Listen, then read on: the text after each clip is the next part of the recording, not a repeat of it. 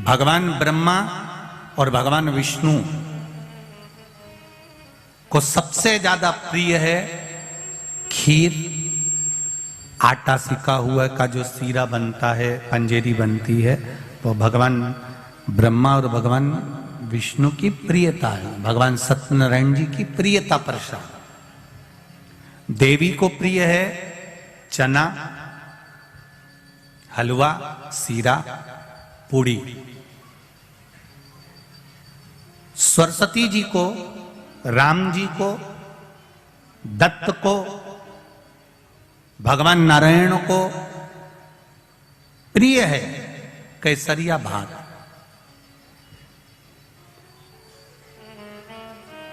पर 33 कोटि देवी देवताओं में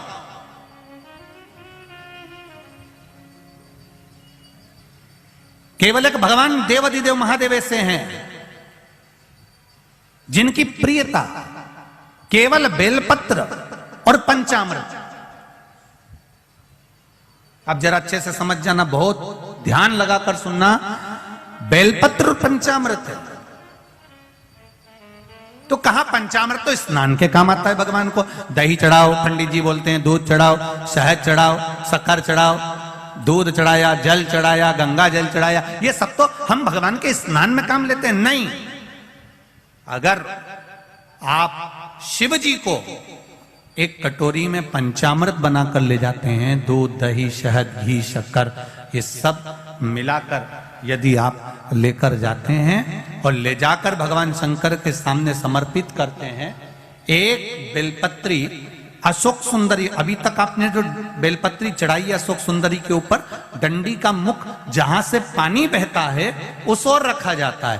पर जब हमें ऐसा लग रहा है कि हमारे पितृ भूखे हैं या हमारे पूर्वज प्यासे हैं या उनको भाग नहीं मिल रहा, इसलिए मेरा कोई काम नहीं हो रहा, इसलिए शिव राजी नहीं हो रहा है, तो ये बेलपत्री के भाग को बदल दिया जाता है। ये बेलपत्री अशोक सुंदरी की जगह पर जब चढ़ाया जाता है तो ये पत्ती का जो भाग है जहां से पानी बहता है उस ओर रखा जाता है और ये डंडी का भाग शिवलिंग की ओर रखा जाता है। और यहीं पर भगवान शंकर को जो तुम पंचामृत बनाकर लेकर गए हो वो पंचामृत चढ़ाया जाता है और वही पंचामृत थोड़ा सा शिवलिंग पर चढ़ा दिया जाता है। उसके बाद में पितृ पूर्वज जल की आस नहीं रखते, न भोजन की आस रखते हैं, क्योंकि शंकर उनको तृप्त कर देते हैं, शिव उनको पूर्ण कर देते हैं।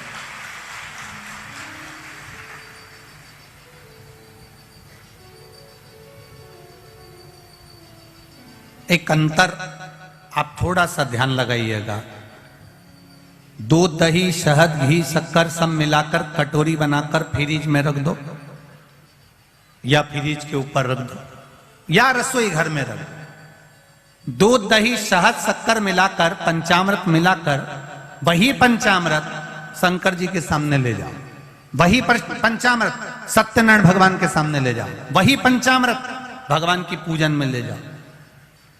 जो फ्रिज में रखा है उसको खाकर देखना और जो भगवान के सामने तुमने समर्पित करा है उसको खाकर देखना, दोनों में अंतर हो जाएगा, दोनों का स्वाद बदल जाएगा, दोनों का स्वाद बदल।